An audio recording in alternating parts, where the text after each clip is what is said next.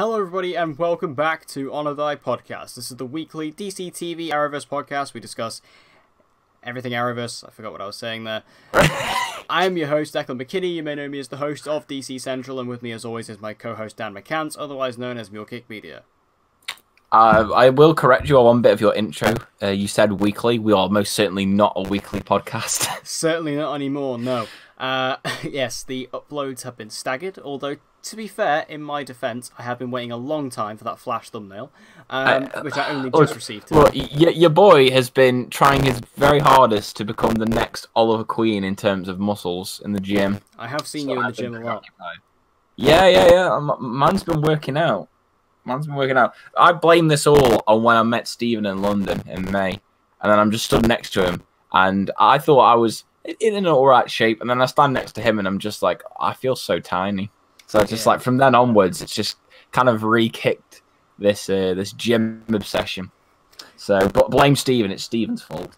See, I more take the Grant Gustin route, and I just do more running. That's more me in the gym. Yeah, but Grant doesn't even run. He just lifts his upper arms, and it's just like.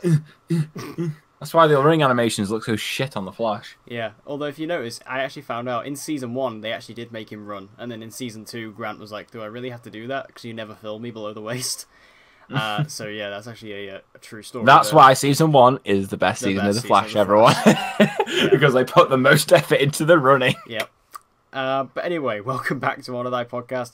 Obviously, we've had the Arrow episode, where we reviewed all of Arrow Season 7. We've had the Flash episode, which I haven't actually uploaded yet as of recording this video, but you would have seen it by the time this one goes up.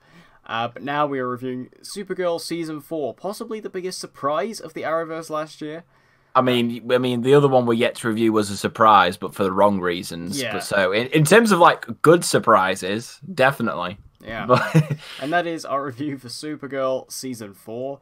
But before we get into that, obviously we will talk about the news. There are a couple of pieces of news to talk about this week.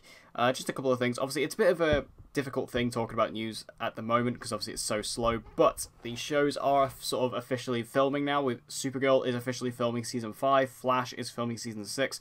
Legends obviously won't start filming for a while. And I don't think Arrow has started filming yet. No, Arrow's not started yet. I heard something, though, that apparently Katie Cassidy's flown into Vancouver, yes, she has, yeah. Maybe that would suggest that it's coming soon. Well, Arrow, I know, is starting a week after everything else, so we might see Arrow maybe start filming next week. Yeah, Katie Cassidy is in Vancouver. I saw that on her Instagram, so that is there. But with the show's finale filming, it has actually been revealed what the first 2 episode titles are for The Flash Season 6. The second episode was accidentally leaked by Grant Gustin himself on Instagram. Well done, Grant. Good job, boy. And the first episode was also just revealed. I think people managed to figure out what it was called through the text, and then it was just kind of like officially revealed. So the first episode is called Into the Void. And the second episode, which is a lot more interesting and actually has something to talk about, is called The Flash of Lightning. Now, The Flash of Lightning... the Flash of the Lightning. The Flash of the Lightning is the name of an issue in Crisis on Infinite Earths, and specifically, and it's the one where Barry sacrifices himself, isn't it? Yeah, it's the one where the Flash dies. So yes, it seems like obviously we knew Arrow was going to be very Crisis setup heavy going into the season, and it seems like Flash will be doing some stuff as well with this particular episode title. I mean, obviously Barry, I'm sure, is not going to die in this episode, but we are going to see something possibly related to Crisis. I believe the Monitor is meant to be in this episode, because LaMonica Garrett has been on set. Yeah. He's been on Instagram. Also, he's just been announced for Wales Comic Con, so that's pretty cool. He's been on set, so the Monitor is going to be showing up in episode 2, and that obviously lines up with this. Obviously, it's difficult to talk about it because we don't quite know what's going on. We don't know how Crisis heavy it's going to be. Is it just going to be this one cameo appearance, or is it going to be all focused around Crisis? We don't quite know. I reckon. I'd say Arrow's probably going to be the one that's like more dedicated. So I reckon Flash, it'll be just a case of like a quick cameo, just because obviously the Flash, like why Arrow is the most. No, because logically you would just make it the Flash because the Flash is the show that is the most used to dealing with the multiverse. Yeah, it's the one that set up this Crisis, like from the very literally ever since the pilot of the Flash, they've been setting up Crisis. And again, I'm just salty because Arrow is bloody on its final season. I don't want to waste it with Crisis. I'm just salty, but anyway, Yeah, those first two episodes, I was like, so the first one, Yeah. Into the Void, not particularly anything Yeah. too But the interesting. second one's a cool Easter egg, but I don't really know if that'll really what give us a lot of extent that insight will. into the episode. Yeah, like what it will mean for the actual episode itself. Because I don't know. Because I've heard some people say like, "Oh, does this mean that Crisis starts from this point?" Like, but again, I think it would just be too early. I reckon because I'm still trying to think now. Did the CW ever explain that thing that they showed for Crisis on Infinite Earths, where they were said like, what was it? Whatever hours over something quarters. Have they ever actually properly explained that? Or have they still No. just like not said anything? No, well, that was leaked, wasn't it, from the upfronts, that poster. So yeah, what is it? 5 hours over 2 quarters. Yeah. So I assume, I mean, we've all kind of assumed what that means is Crisis will start before the end of the mid-season and then will continue after the mid-season. So you'll probably have Arrow will probably be in the first half, Flash, Supergirl, and maybe in the back half you'll have Legends and Batwoman. I don't know. Or maybe Batwoman won't be in there because Batwoman will maybe in the first half because we don't know how many episodes Batwoman is yet. I believe it might be 13. I imagine it'll be 13. Most CW season 1s are. So who knows? They haven't explained that properly. I mean, they haven't really said anything. Like, officially, the CW haven't really said anything about Crisis other than it's happening. And they are writing it right now. They've said that. They're writing it right now. Hopefully at Comic-Con, which is literally in a couple of weeks' time, that'll be a big episode for us. There'll be lots of news then. Hopefully at Comic-Con, they might, give us some details. And obviously we might even get some trailers and stuff like that. Not for Crisis specifically, but for the other shows, which might give us a little bit of insight.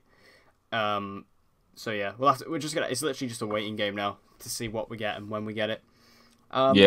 Now, interestingly, we did also find out about a couple of characters who are going to be showing up in The Flash. Like I say, we did see that the Monitor is going to be in episode 2. Also, in episode 1, we're going to be seeing Godspeed again. Oh yeah, Godspeed. But it's a non-speaking. Didn't it say like non-speaking though? I believe so, yeah. So that sucks balls, but. Yeah, I don't know why Godspeed's in the episode. No, I mean, like, if you're not going to speak, like, what's the point? It'll literally just be fan service cameo, that's it. And if it's just that, then I'd rather he just not be there. Yeah, it's just forced, really. Yeah. Like I say, Godspeed was really well introduced last season. I think I really loved him when they did him. Despite all of our jokes and how much they took the piss out of the character. Godspeed dabbing. Maybe that's the only thing he'll do in this episode. That's why he's not got a voice to him. It's just dabs. It's just him dabbing throughout the whole episode. I'll watch it, but I mean, it's cool that they're bringing him back. But it's just like, if you're not going to do anything significant with him, then what's the point? I mean, we all said last season, we were all like, well, there's no way that's the only time we're going to see him because of the suit. But it's like, if this is what we're doing with him, is there really much point? Just leave it out if you're not going to do anything important. But whatever, they might be doing actually something interesting. We'll have to wait and see. Maybe Godspeed might be a recurring character this season. I could see them doing that, just given how popular the character is. And he was kind of one of the standouts of last season, so I could see them doing that. But who knows? There's also a new villain. I can't remember the name, but he's from Flash New 52. He's it's Blood something or other.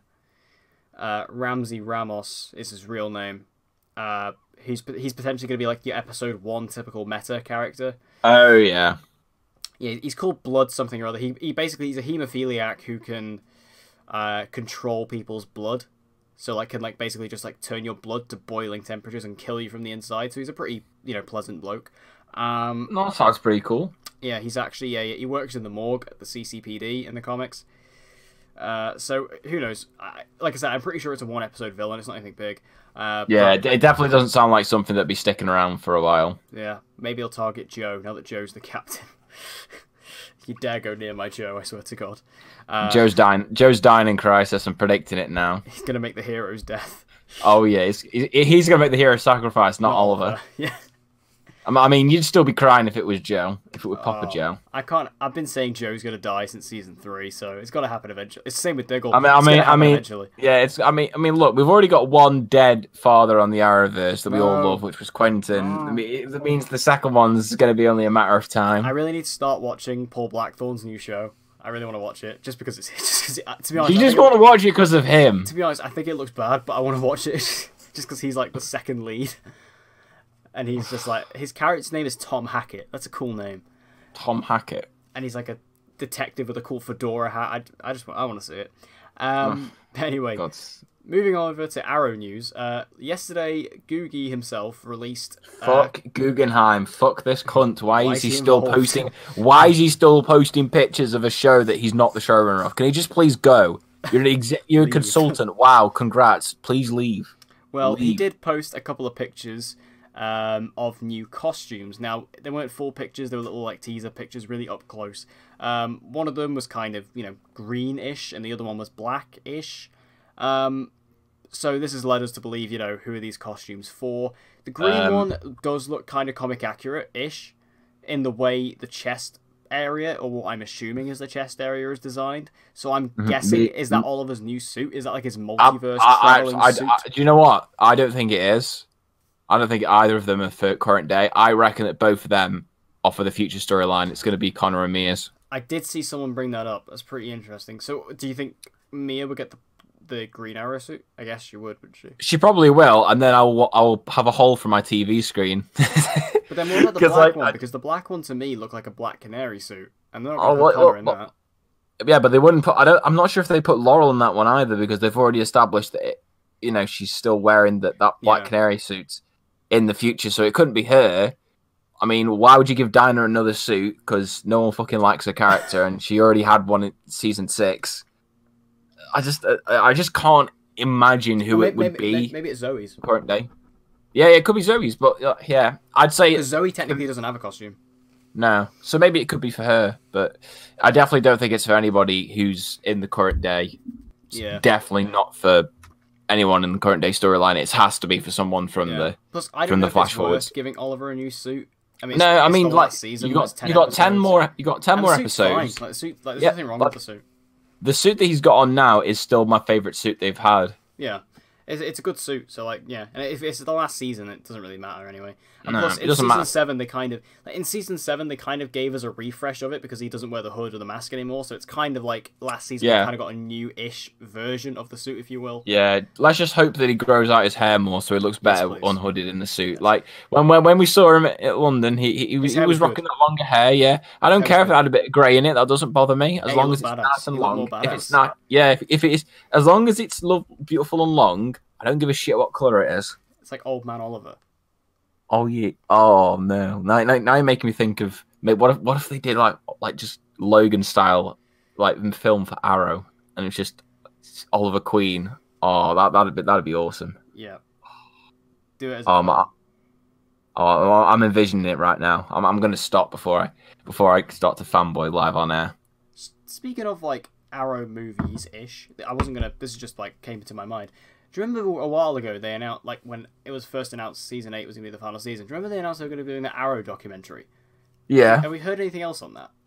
I've heard nothing about it since, which makes me think they're probably just going to half-arse it, which I really don't want them to do because I want it to be like a proper in-depth documentary. Like proper special. Yeah, because it deserves it. Because it's the founding show of the Arrowverse. So, but I just would have thought that maybe they would have at least said something about it. Yeah.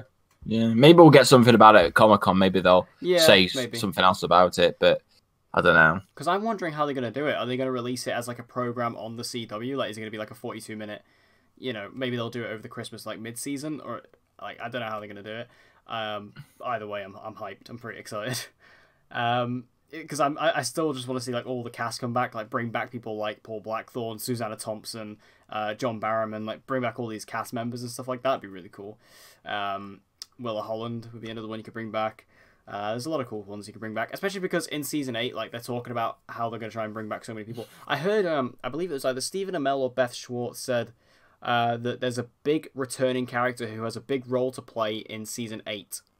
I've seen people say Slade. Please be Slade. Alternate Earth Slade. Alternate Earth Adrian. Yes, please. Please, yes, please, Adrian. Just please like on bring back Josh Segarra. Just once, please. Just Josh Segarra. We need to see him at least once. He's got to come back for at least one appearance because he ain't got any work at the moment. Man needs some work. Why is no one like, casting this guy in anything? Like, he's so good. Like the last movie he did was Overboard, and that's just like It was awful. It was awful. It was like he deserves so much better than this. He should be in like the MCU. He should have been Mysterio. Actually, no. Jake is the boy. I don't know if I go that far, but definitely cast him as an MCU villain. I will take that. But anyway, that's the news. Again, not too much, but again, Comic-Con is right around the corner, so we'll have stuff pretty soon anyway. Also, I'd just like to mention as well, I'm officially going to London Film and Comic-Con at the end of the month, and I am officially meeting Hoss. It's finally happening.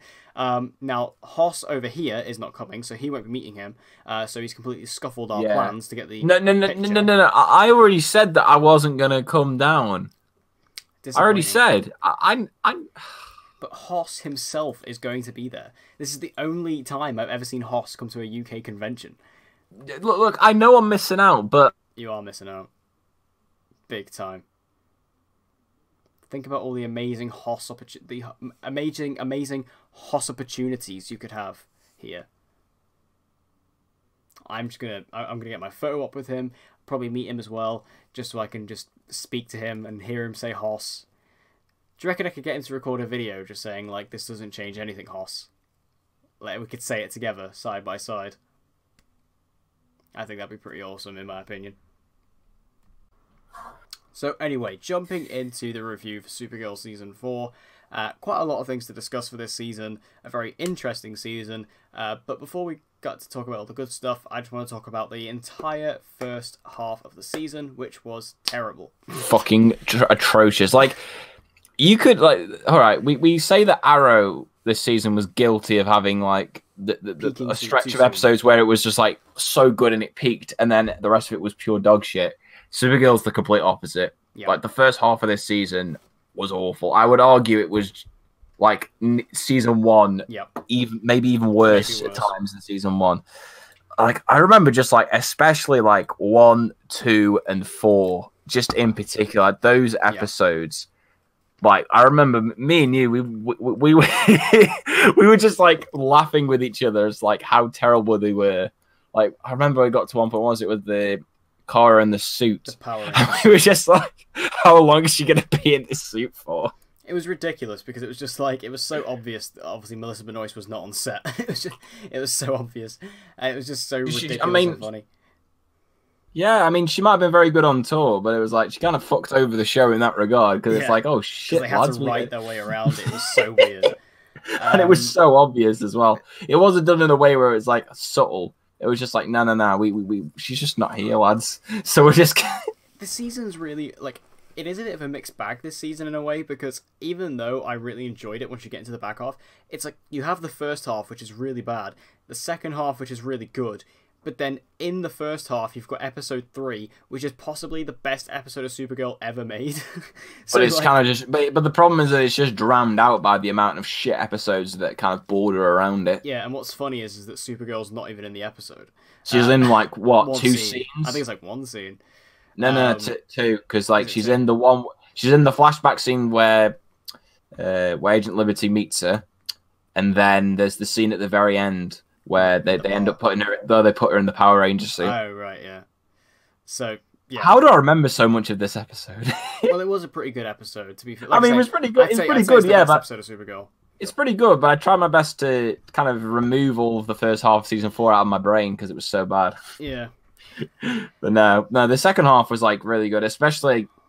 I basically say from 15 onwards, that's really where it kicked into gear. I mean.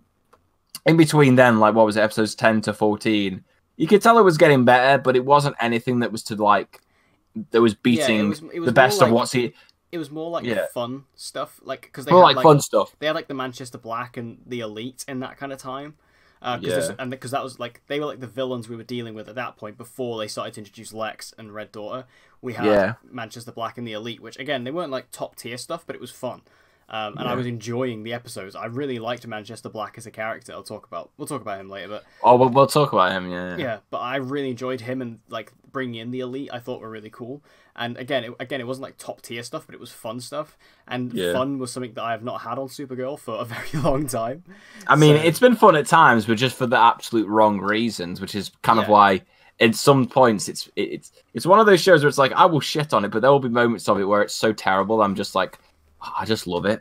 Yeah. So I don't know. Like the first half of the season is like so filled with like typical Supergirl stuff, for the reason why we typically don't like the show with all of its SJW and politics and SJW. Yeah, and it's just like that's the reason why we don't like it, and that's the first half was maybe the worst they've ever done it, especially because the storyline this season was so politically heavy. Yeah, and it just didn't need to be. Like, why are we having such politically heavy storylines in a show where people fly around in the sky? Yeah. Wow, fantastic. So, like, that's why the first half was really dragged down, was because, again, it went back to the dealing with the politics that people don't like, and because it was such a politic-heavy season, it kind of felt even worse than it probably would have done otherwise.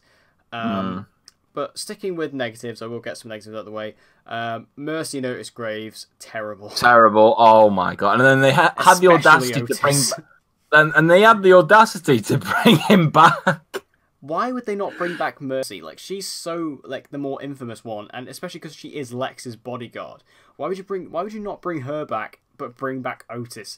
Like, the one that no one liked, the most like punchable, obnoxious-looking guy, and also they made him Metallo for some reason. It's probably because Mercy Graves' face was that swollen up. Because I mean, just look at her. Like, the actress is terrible, and her face just looks like it's like they had a vacuum and it's just sucked all the fat out of her face. Yeah, it was. Like, I'm sorry. I was like, no, I hated both of them. Both of them couldn't act. They were terrible, overacted, and their death scene was one of the most unintentionally funny moments I've ever seen on Supergirl. Mercy. I'm gonna find that audio clip now because it's so brilliant. Yeah, I'll insert it here if I have any skill. Oh my god! Like, honestly, like they were terrible. And then something else I didn't like about the season was other than the forced politics and those two. Manchester Black, although I did like him as a character, I thought the way they ended off his storyline was really underwhelming. I found that really poor. Like, he's in a place with Jon, and then he's just like touches him with his staff, and he disintegrates. Wow, what was that? It felt so anticlimactic because they built up like this whole thing with Jon and him feeling almost responsible for leading Manchester to what he's become, and then all of a sudden to just end it like that in that manner, it was so weird. And especially because he was such out of all the characters we had at that time, he was one of the more interesting Rons, and I really liked what they did with him. And then it was just, it was just terrible. It was almost like they just, we've got to end it somewhere. Yeah, and it's just like, okay, let's just end it with Jon killing him, even though that's exactly what he's been trying to avoid. I mean, I have to say, I wasn't a fan of... I can't kill Manchester. And I wasn't a fan of Jon's story this season. No. I felt like that particular direction was not one they should have taken with Jon as a character. I mean, I don't mind where it ended up, because it kind of went back to the kind of character that Jon was, because Jon being a pacifist is just unrealistic. So, like, to take him down that path, it did lead to some really good scenes from David Harewood and his acting. Like, he was amazing this season, as he always is. He's one of the more reliable actors on the show.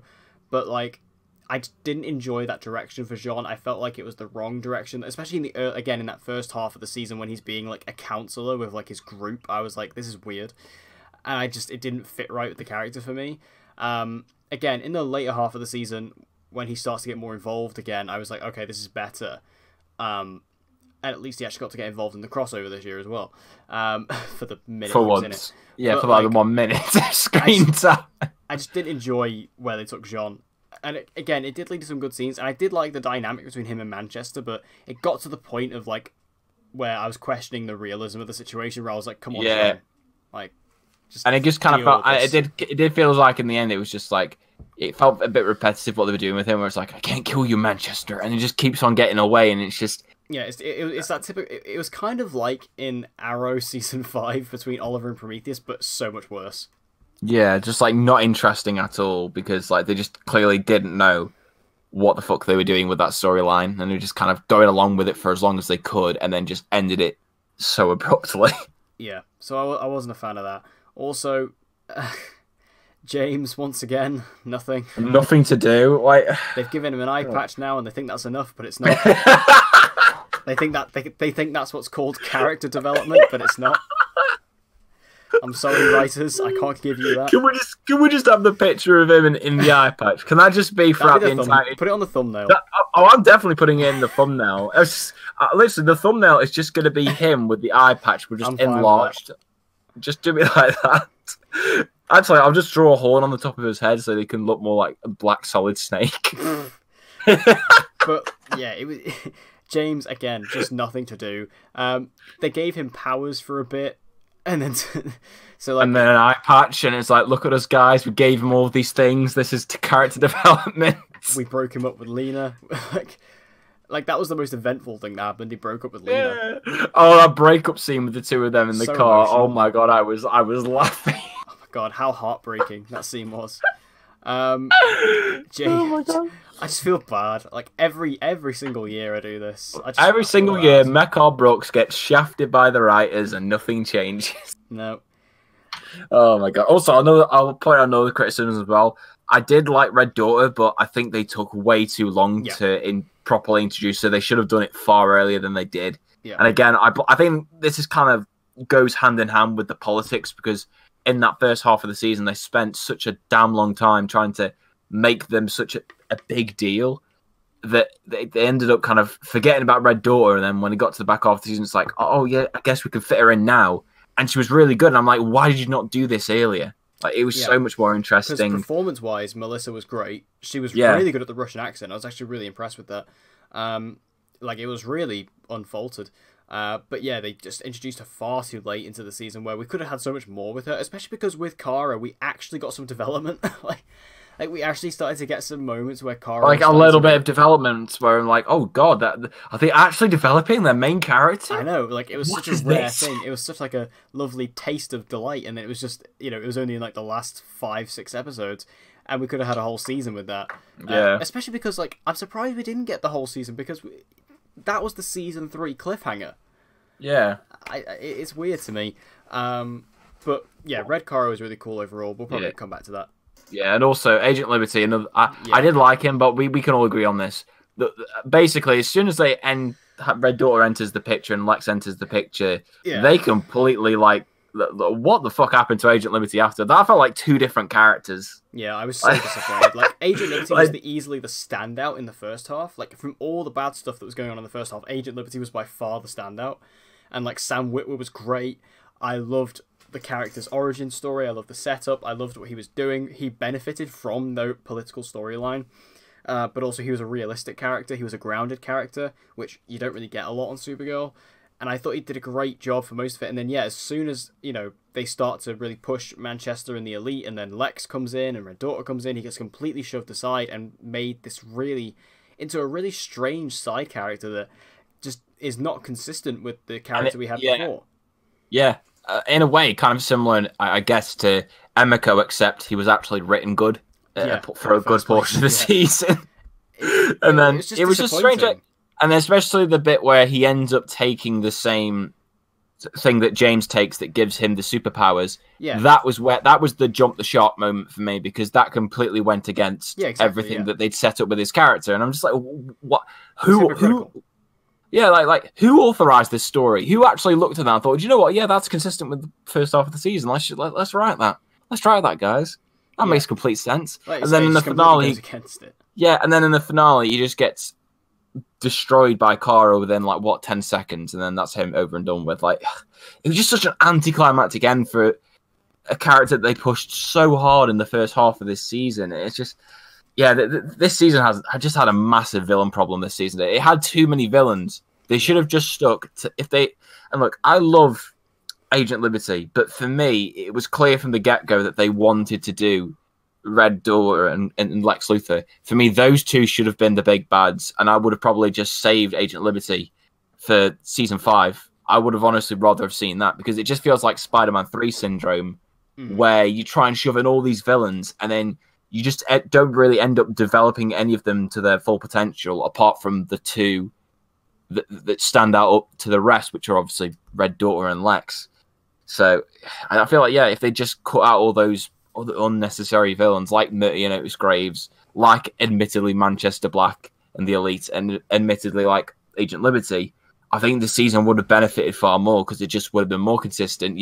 Would have got rid of all of the subplots that just clustered up the season and led to nowhere. Like, yeah, this season definitely needed a rewrite. Yeah. I felt like there was definitely a villain problem. And I remember thinking this very early on in the season when we started getting news. I think I probably brought it up on here. I was like, we were finding out about all these villains. Like we were finding out about Agent Liberty, and then we were finding out about Manchester Black, and then there was rumors of Lex and the Red Daughter thing. I was like, and then we like Mercy, Otis Graves were kind of being bigged up as big villains at the time. And I was like, this is sounding messy. And it is by the end. It's not messy episode by episode, but when you look back in retrospect and you look back by the end of the season, you realize after all the villains have been dropped, you're like, yeah, there was no room for like closing off any arcs here.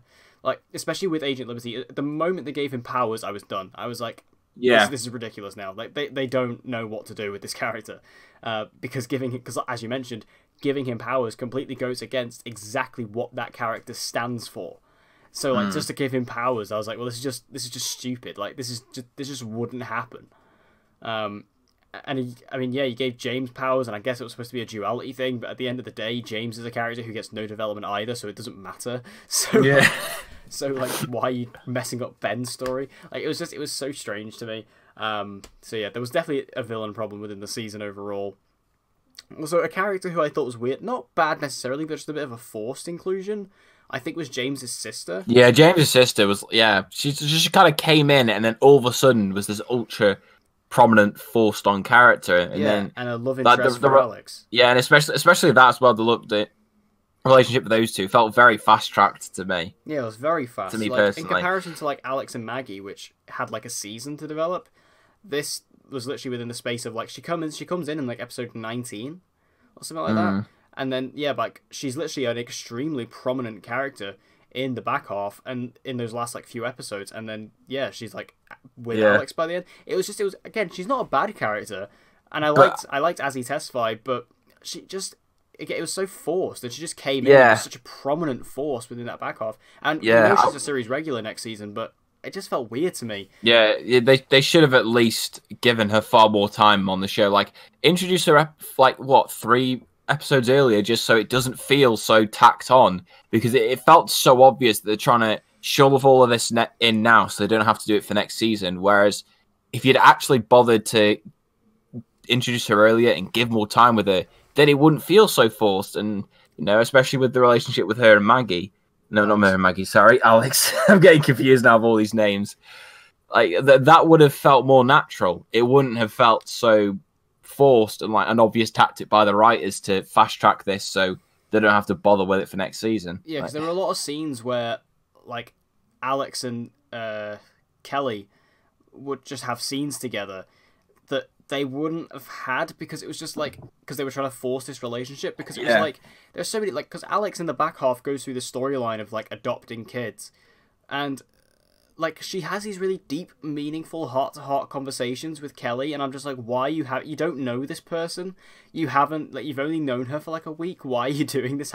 Like, you wouldn't spill out she wouldn't even spill out Augusta James. Like, she doesn't even know James that well. Why are you doing it to his sister all of a sudden?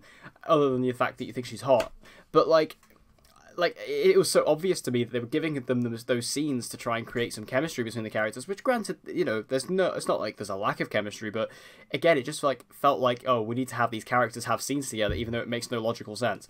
And that again felt forced. It felt very, very obvious to me that they were like, okay, introducing this character, let's make her the love interest by giving her all these scenes together, and we'll see how it goes.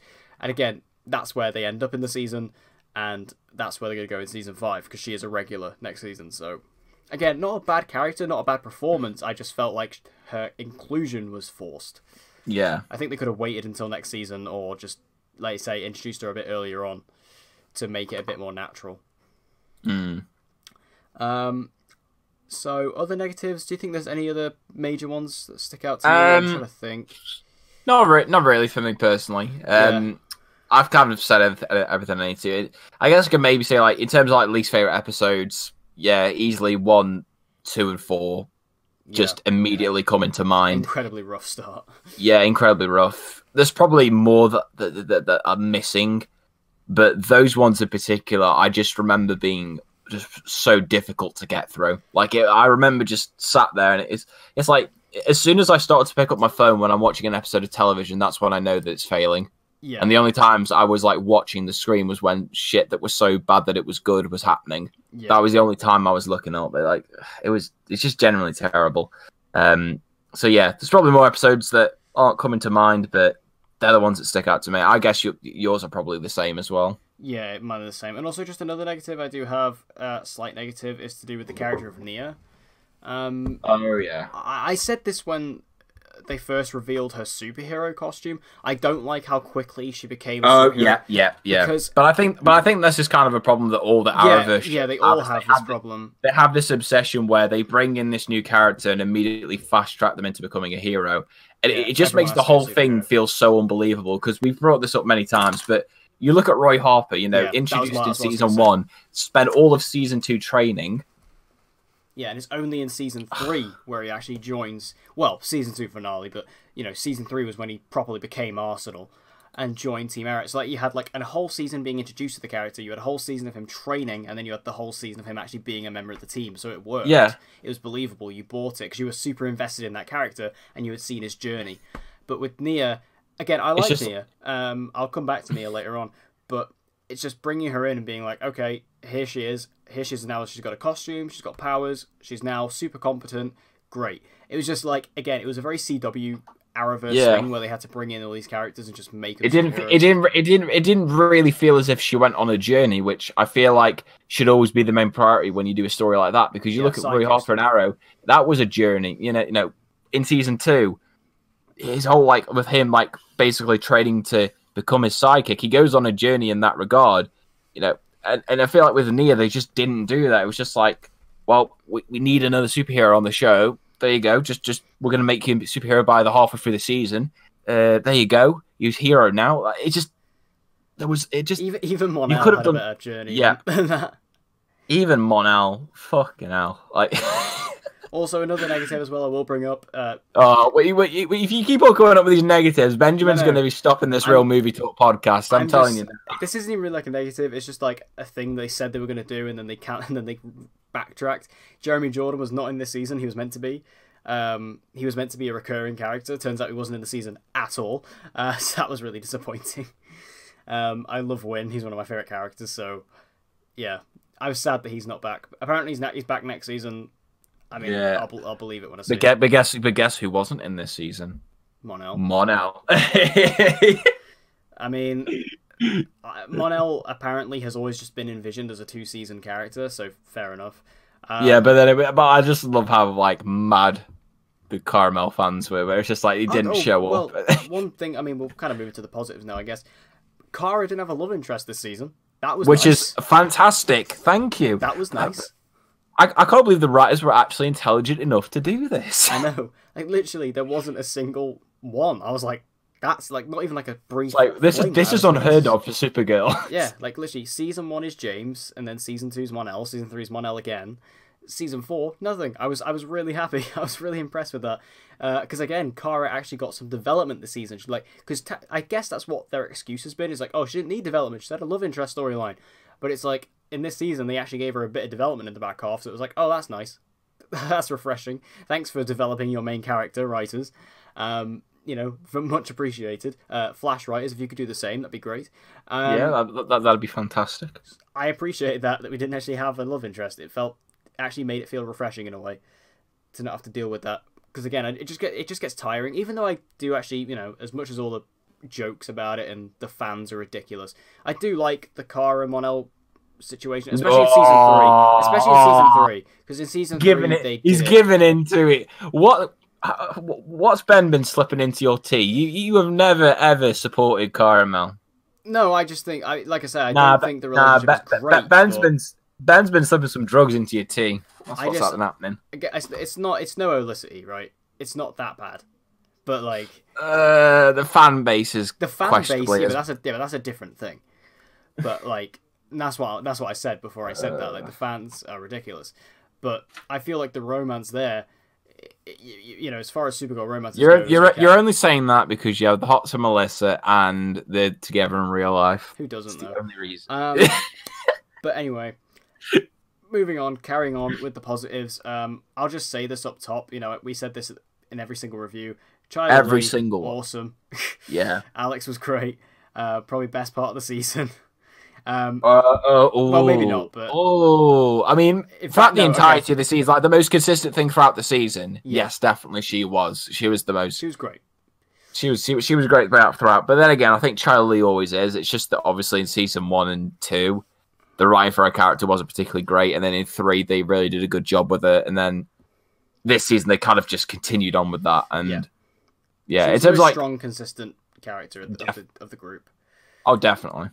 Yeah, and then we kind of already spoke about Manchester Black. I really liked. Again, his ending was not great, but I think the character, the performance from David Ajala, I really enjoyed. I liked his Britishness.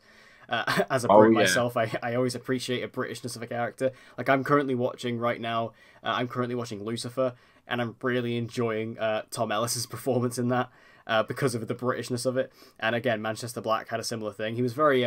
clearly very much from Leeds, but I think it was very funny in that way. And again, the Elite were quite a fun little group. Like, we had a Venom knockoff Menagerie.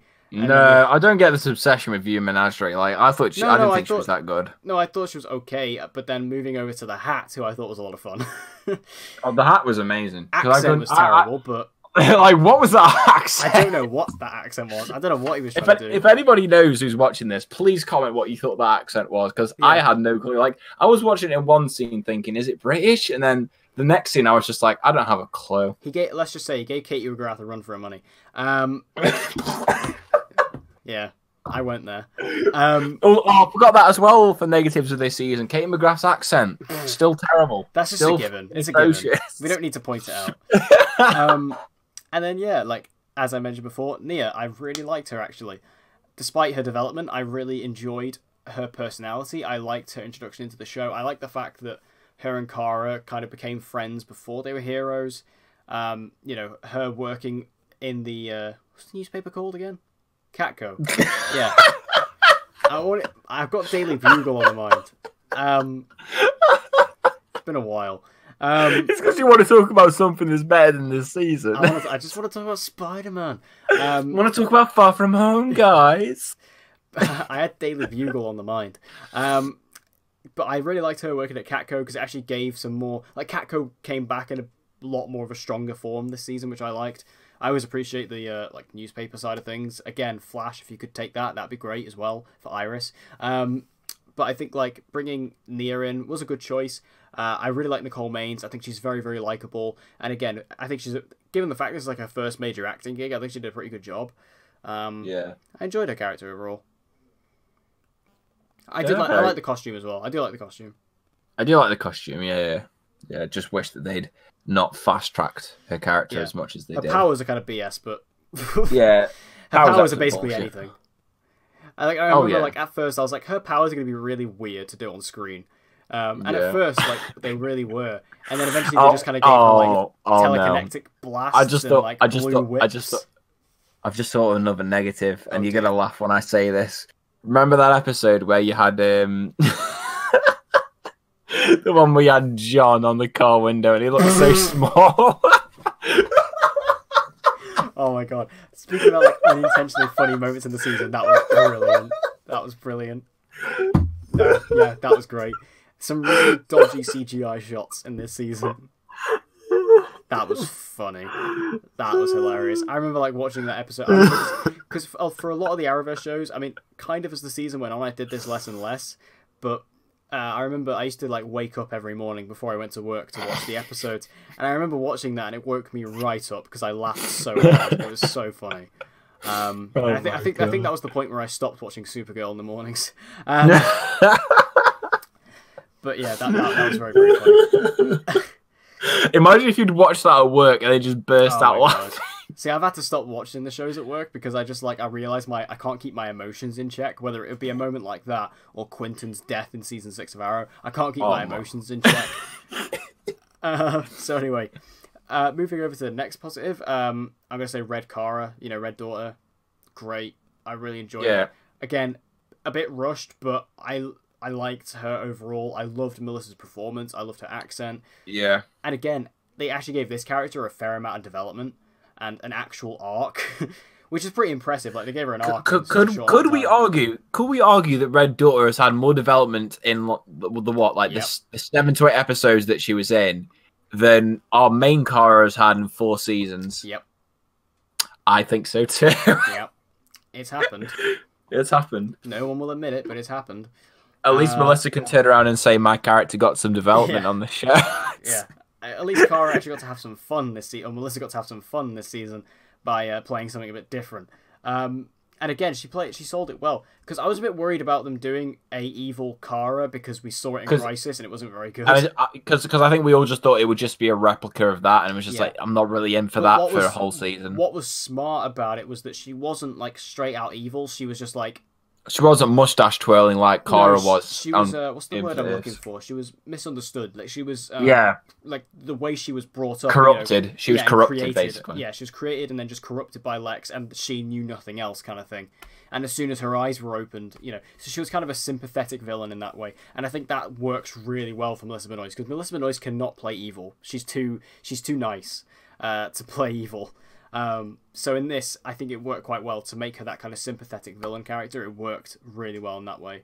Yeah, she's like the female Keanu Reeves. You couldn't put Keanu Reeves as a villain because they're just too nice. It is, yeah. Oh my god, can we get Keanu Reeves on they're just too breathtaking. You know what I mean? You're breathtaking. There's actually rumors Keanu Reeves is coming to LFCC. Oh no! Don't no! This is lies. This man's. No, these are lies. This is. He wouldn't be. He's filming Bill and Ted 3. Why would he be there? That was my thought as well. Where have you heard these rumors from? Because basically they put out a post today saying that they've got a big guest, because they've got big guest announcements coming tomorrow, and they said that one of them is a lead in a franchise that's hot right now, and people are saying Keanu Reeves for John Wick. Oh. I swear to God. All right, then. All right, I'll say this now. If Keanu Reeves is announced, I'm going. Cool. If he is announced, I will go. Breathtaking, right? That's completely sad. Look, this is our love for Keanu Reeves, guys. If we mention his name, we're always going to get sidetracked. Look, it's fine. We can talk about Keanu. It's perfectly allowed. Plus, the thing is, if he goes, everyone's just like, he's going to be so tired by the end of the day because everyone's going to be going up to him and saying, "You're breathtaking," and expecting him to say it back. And I'm not going to lie, I'll probably end up doing the same because it was just the best thing. Like, literally, the best thing about E3 2019 was none of the games. It was Keanu. It was Keanu Reeves. He was the best moment there. You can't argue this. He was. He just was. He absolutely was. So moving over to what I would say is the best thing about this season. And me and you, we have to eat our words. Jon Cryer, what a magnificent job you did. Yeah, I take. The thing was that I remember when this was announced and I was being negative about it, but I still remember saying then, I want to be proven wrong just because I wasn't that excited about it. So I am very happy to be proven wrong because he was so good. And brilliant. Look, I don't think the pre-release material helped him one bit at all. It didn't help him. Awful. Yeah, that was what it's kind of bad as Sony's Far From Home posters. Which is worse? What would you say? I mean, if you can physically make Jake Gyllenhaal look bad, I would say Far From Home just because Sony have always been crap at marketing their film trailers. Like, it's shit. So, but no, the pre-release stuff didn't help whatsoever. But he was phenomenal. And the thing that I just love about him, especially in comparison to Jesse Eisenberg as Lex, is that he can be a bit quirky and a bit outlandish. But the difference is that it didn't feel forced with him. It felt so natural. It didn't feel as if he was trying to play like an over-the-top character to the point where it distracted you and it like kind of took you out of the viewing experience. He just knew how to ride that fine line, and he was just so good. And his plan throughout the entire season, it was one where there were a lot of steps to it, but it made sense. And just watching it play out was really cool. And just in general, he was like easily the best villain Supergirl has had, without question. Without question. Like, I mean, I know we both are big fans of Reign, but she fell off after the first half of that season 3. Like, it was kind of like, and you could tell that was going to happen anyway with the whole Andrew Kreisberg situation, because he had such a big hand with Reign that as soon as he left and they had to rewrite the back half of the season, I kind of knew that she wouldn't be as good. Yeah. That's when it started to get a bit messy. Yeah. That's always one thing I've always wondered about season 3. Is like, what if Andrew Kreisberg, like, the whole situation hadn't happened? Yeah. And he was still there. Not that we're defending Andrew Kreisberg. No. But just out of curiosity, because the first half of season 3 is so drastically better than the rest of it. Yeah. Like, that first little chunk is quite a bit better than the rest of it. Yeah. Even though I would say season 3 overall is a more consistent season than this, I think that it's just obviously season 4 was so strong in the back. But season 3, I'm very interested to see like what the original thing. It's like I really want to see what the Flash season 3 was originally before they rewrote that, because we kind of know what it was going to be. But I'd love to see it because it's. But I'd love to know the ins and outs about it, like what they were going to do. Obviously, we know the main plot was what it's been, but like all the other characters and like the other storylines, because I reckon they must have been changed easily, because there's just so many things, like you say, that just don't add up at all. I reckon more of the Legion originally as well, which would have been cool. Yeah. Lightning Lad, come on. Oh my god. I wouldn't be surprised if Wynn comes back as Lightning Lad. Oh. No, do you know what Wynn will be? I've said this, but I actually made a video on this ages ago. Wynn will be, there's a member of the Legion called the Magnetic Kid. It'll be him. Because, do you remember he designed for Alex, I believe it in season 3, that gun that she has like a magnetic connection to? Oh, yeah. Yeah. So I think we might see that next season. Like, we'll see Wynn, he'll have his super suit, and he'll be a Magnetic Kid. Or a version of that character. Alright. I'm intrigued. That's my theory. But anyway, back to Lex. He was awesome. I just loved his performance. Like you say, it was over the top. It was campy, but it wasn't like Jesse Eisenberg where it felt like he was trying so hard. It was just like it felt natural. It came to him. And especially because Jon Cryer is not a dramatic actor. He comes from 2.5 Men. Yeah, which obviously very comedic. So yeah, that's why everyone had doubts about him. Everyone was like, are you sure this is the guy you want for Lex Luthor? But again, he proved us all wrong. He was the best part of the season. He was a standout, best villain of the Arrowverse this season, best villain of Supergirl. We spoke in the last episode about the Teen Choice nominations. He is the one that I'm like, yes, he deserves the nominations here because he's great. And I like the fact that even by the end of the season, he was like, he didn't even go too over the top. Like, because yes, he came in the suit and all that, but again, that's stuff from the comics and they could derive from that, and I think that's fine.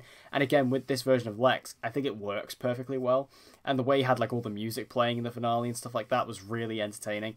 And even though he dies by the end, I am excited to see what they do with him in the future, because obviously we know that the Monitor kind of revives him. So he's not really dead. He ain't dead, no. And why would they kill him after the response they had? Especially with a character like Lex, who's such a big DC character. Like, why would you kill him off in one season? Yeah. So yeah, I'm not surprised they're bringing him back. I think he'll play. I think he has a role to play in Crisis. I think, especially if obviously the Monitor revives him, so he must do. Clearly, the Monitor needs him alive, so he's going to have some role in some way. I have a feeling that Lex will probably end up maybe teaming up with some villains to do some stuff. I don't know. That'd be really cool. Maybe he'll form like a new version of the Legion of Doom. I don't know. Maybe we'll get a version of the Justice League Legion of Doom that we were meant to get in the movies, but on TV. We'll have Jon Cryer team up with Marnie Bennett. Oh, damn. That'd be cool. Don't get my hopes up like this, Declan. Well, look, we know the CW can't deliver on this. The Earths are going to merge, man. We're going to have Supergirl take place on Earth 1. I really hope that happens in Crisis. I really hope the Earths imagine if it doesn't, considering how long we've been theorizing about it. Like, this is something that's too, though.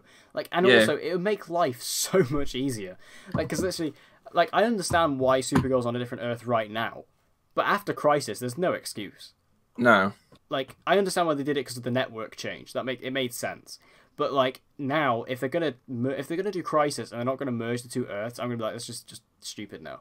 Like, this is your perfect opportunity, and this is also the opportunity. I think we mentioned this with the episode with Chris, but this is your time to bring in Black Lightning. If you don't do it now, it's never coming in. Yeah. I mean, there was that poster that was leaked which had Black Lightning on it. We still don't know if that's real or fake or not. It looks fake to me, personally. But what do you think? Do you know what poster I'm on about?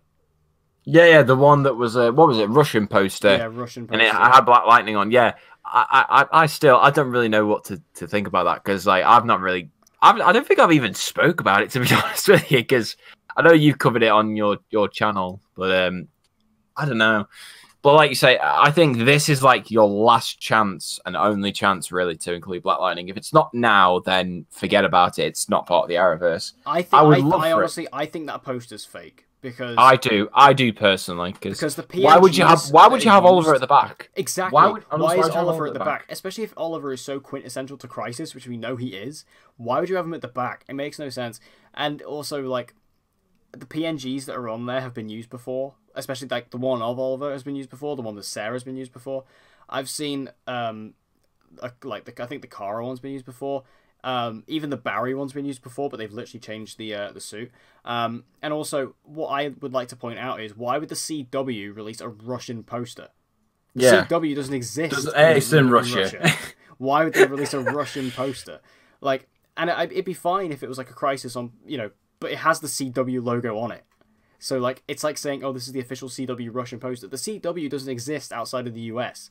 Why would it have a Russian poster? It makes no sense. You don't see Sky One releasing, like, Russian posters for Game of Thrones. No. Like, it's just, like, it's ridiculous. It's really very strange. Yeah. So, yeah, I think that poster's fake. But anyway, going back. The kind of major positive, other than Lex for me, is that I actually found the story engaging. Like, which was something that, again, is a very rare thing on Supergirl. To actually have me being excited for the next episode and actually looking forward to it and looking forward to seeing where the story goes. I mean, that alone deserves a fucking award. Oh, definitely. Yeah, I just thought it was actually pretty engaging. Oh yeah, that was just beautiful perfection. It really was. Any other major negatives, positives that stand out to you? I'm so used to saying it. Trying to test me for more negatives, man. I'm so used to being negative on Supergirl. This is just... Oh, I don't know. Can't really think of anything else, to be perfectly honest with you. I mean, it wasn't... The whole season wasn't utterly terrible. It was at least there was... endorsement. At least there was a bit where it was like, damn son, this is good television. Which I haven't been able to say about Supergirl beforehand. It's a good television. Yeah, and the crossover was good as well. Oh yeah, crossover. Oh yeah, fantastic. Be beautiful. Yeah, I mean normally the crossover is the best episode of Supergirl, but this year actually no, it wasn't.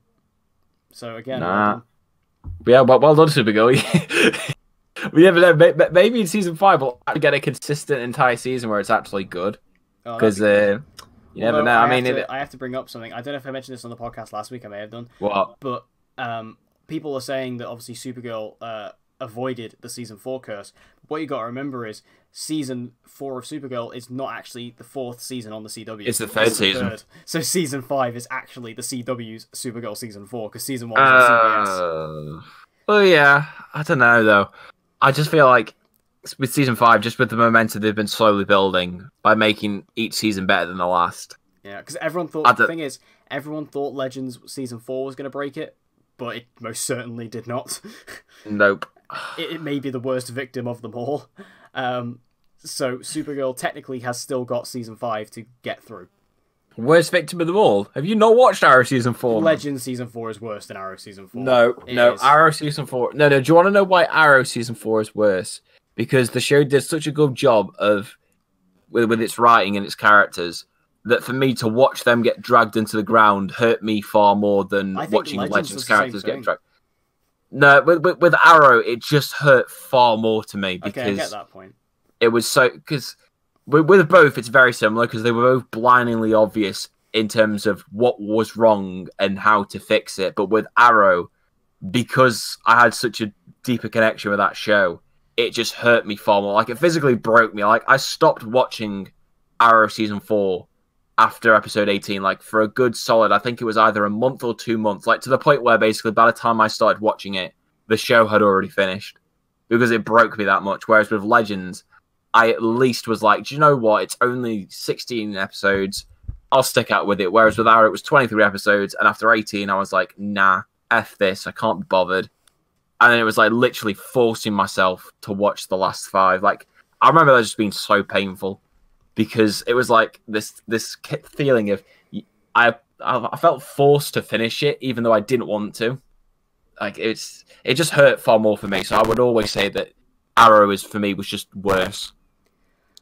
I mean, I'll be honest, I almost dropped Legends this season. I was so close. It was episode 14 that almost did it for me, where I don't remember exactly when Gary's nipple turned into a fucking eye. That was the moment where I was like, I'm done. It was only because there were 2 episodes left. I was like, well, I might as well just finish it. If it was like 23, I would have been like, I'm done. I'm not sticking around for this because it's awful.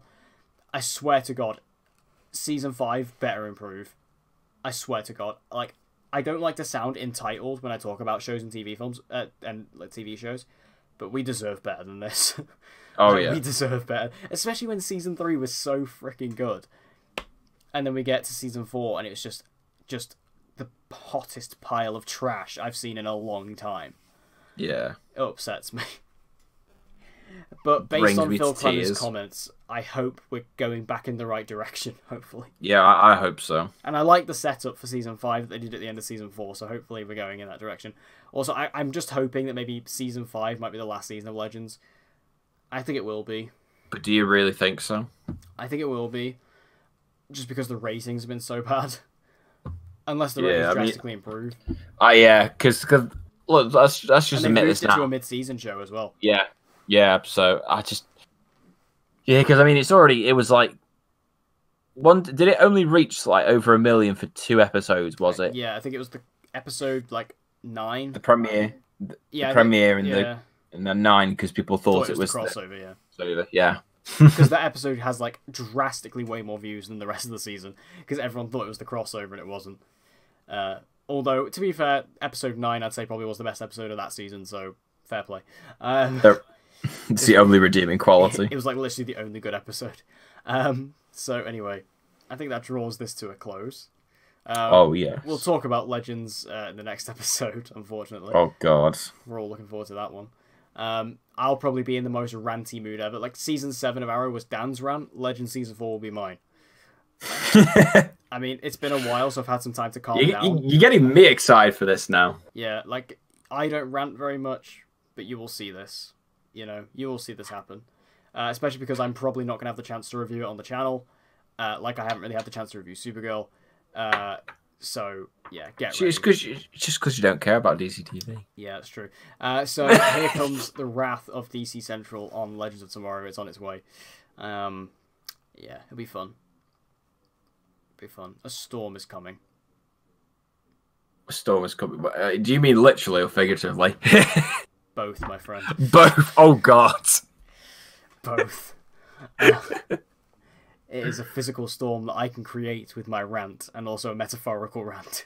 Oh, my God. Getting into the deeper minds of the writers of Legends and tearing them apart from the inside. Anyway, thank you guys for listening to this episode of One of Thy Podcast. If you enjoyed it, make sure you share it around with the DC TV fans who you think may enjoy this content. And as always, I've been Dak. I have been Dan. And we hope to see you guys again next time. Mercy!